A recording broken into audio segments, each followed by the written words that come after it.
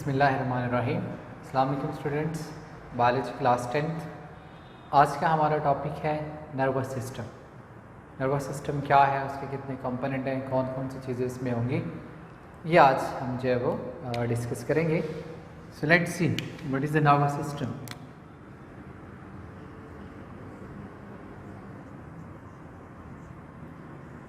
Nervous system, so आप कह सकते हैं it's a system which is made up by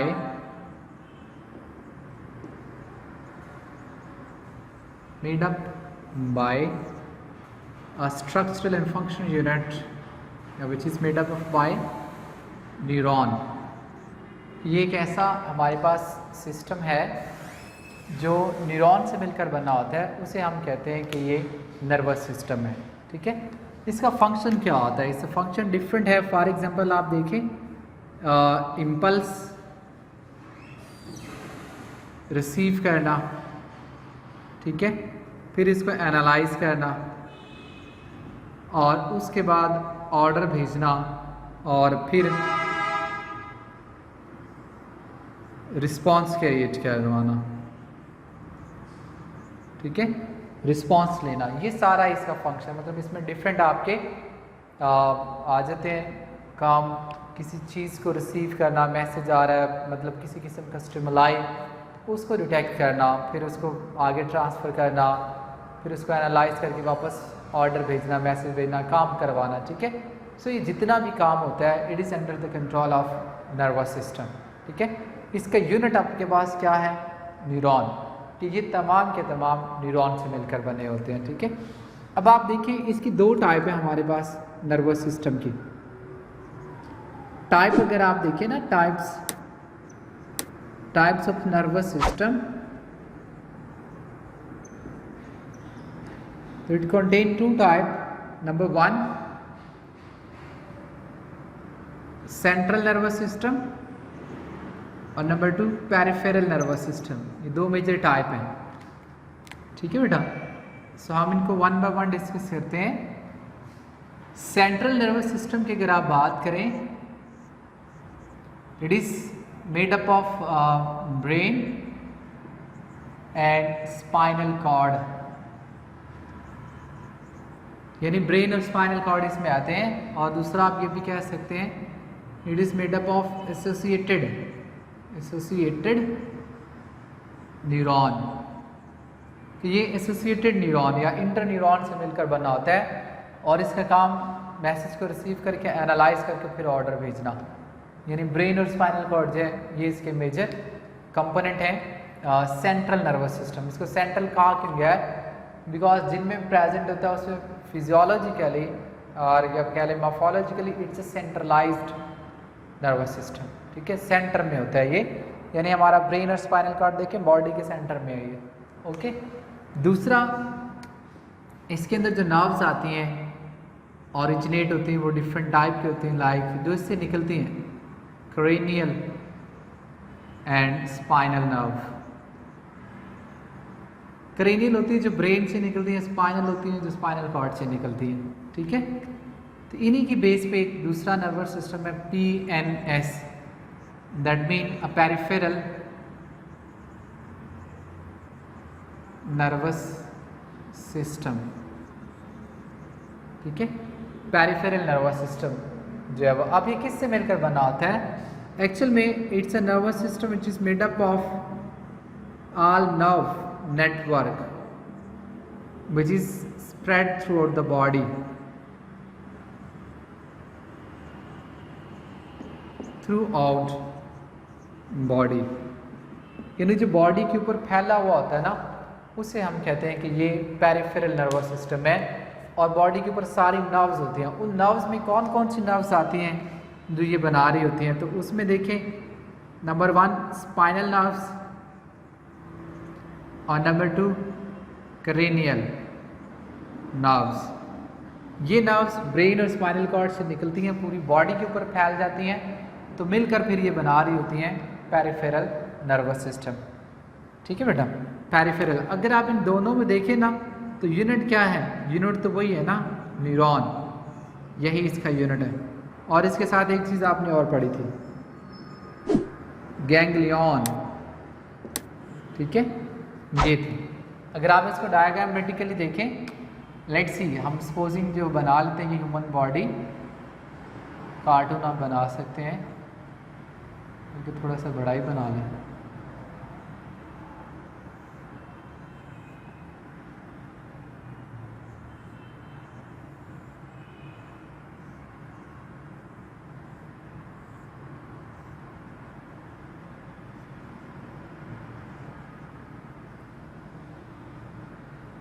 okay, सो यहाँ पे आप देखें, ये ब्रेन, ठीक है,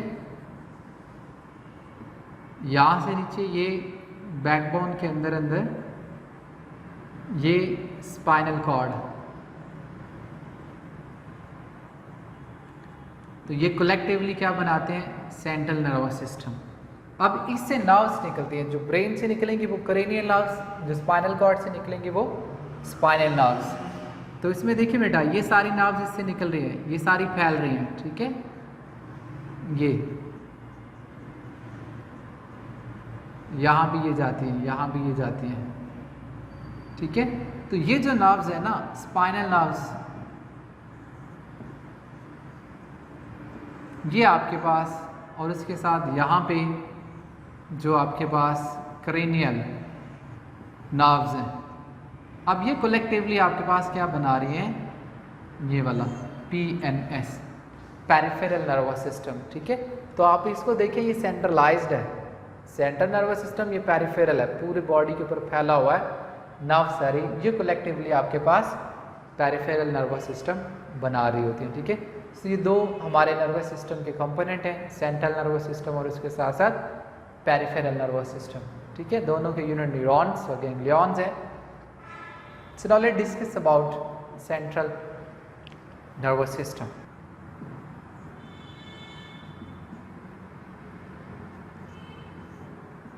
ठीक है, आप it's a tubular bundles of nerves, हम इसको डिफाइन करके कहना चाहें तो tubular bundle of nerves which is extend up to the backbone, the lower backbone,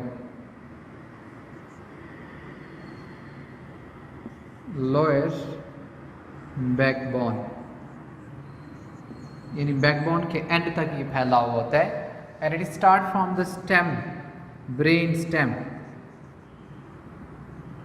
brain stem mean brain का जो लोअर पोर्शन, एक्चुअल में मेडुला ऑब्लिंगेटा, वहाँ से ये स्टार्ट होता है, medulla oblongata, it's a part of brain, इसकी extension है ये,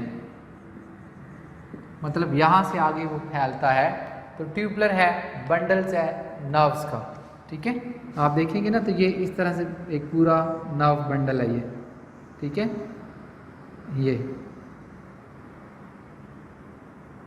ये आपके पास है, ठीक है। अब अगर आप इसमें देखें ना यूनिट कि ये किससे बना होता है, तो सिंपल सी बात है जो हमने पहले भी बात की थी कि it is made up of neuron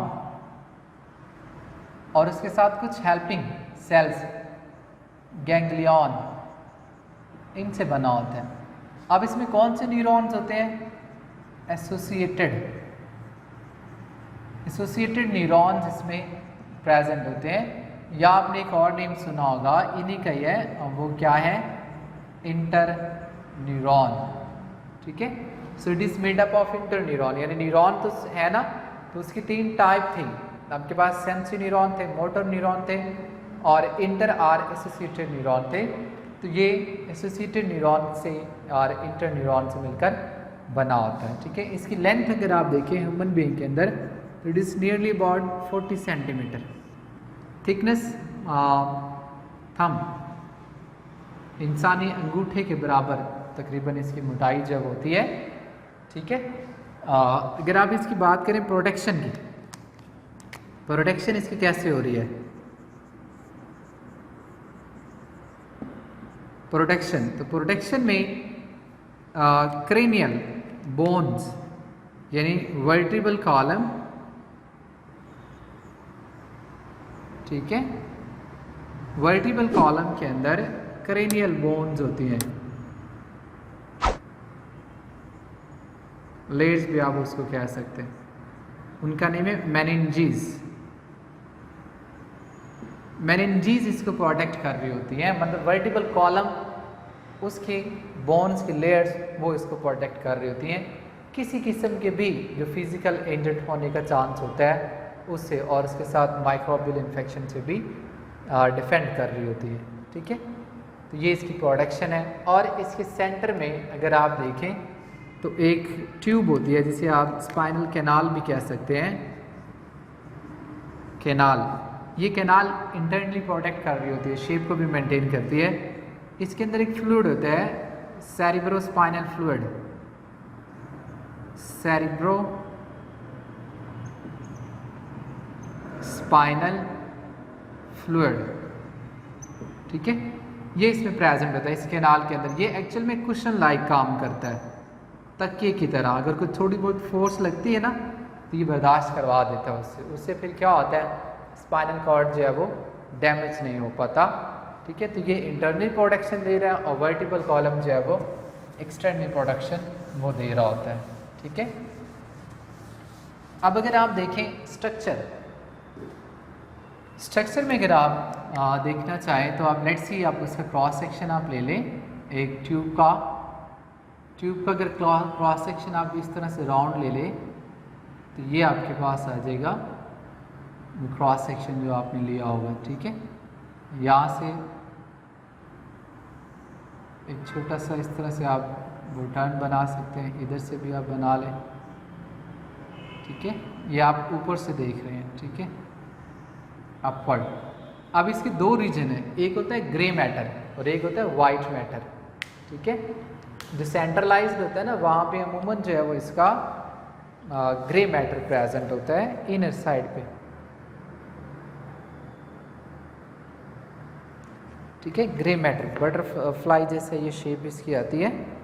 यानी अगर आप यहाँ देखें ना सेंटर में ये सेंट्रलाइज्ड रीजन है, it is something like this, ये इसकी शेप होती है,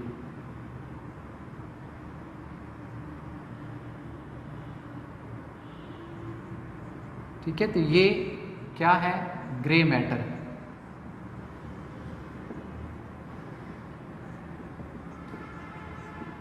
एक्चुअल में यहाँ ज़्यादातर सेल बॉडीज होती हैं, नॉन माइलिनेटेड एरिया यहाँ पे प्रेजेंट होते हैं, ठीक है।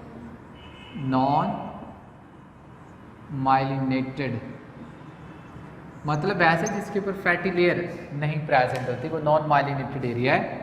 ये बाहर वाला अगर आप देखेंगे बेरोनी हिसाब तो ये होता है वाइट मैटर, ठीक है, वाइट मैटर। फिर इससे नर्व्स ओरिजिनेट होती हैं। अगर आप देखें तो एक आपके पास होती है डॉर्सल रूट, यहाँ से एक स्टार्ट हो रही है, ये डॉर्सल रूट है। दूसरी यहाँ से अगर आप देखेंगे तो ये वेंट्रल रूट है, यानी दो रूट इससे निकलती हैं, ये डॉर्सल और ये वेंट्रल। एक्चुअल में वेंट्रल रूट जो है उसमें मोटर न्यूरॉन होता है, ठीक है, और जो डॉर्सल रूट है उसमें सेंसरी न्यूरॉन होता है। तो ये दोनों मिलकर मिक्स्ड नर्व बना रही होती हैं, ठीक है।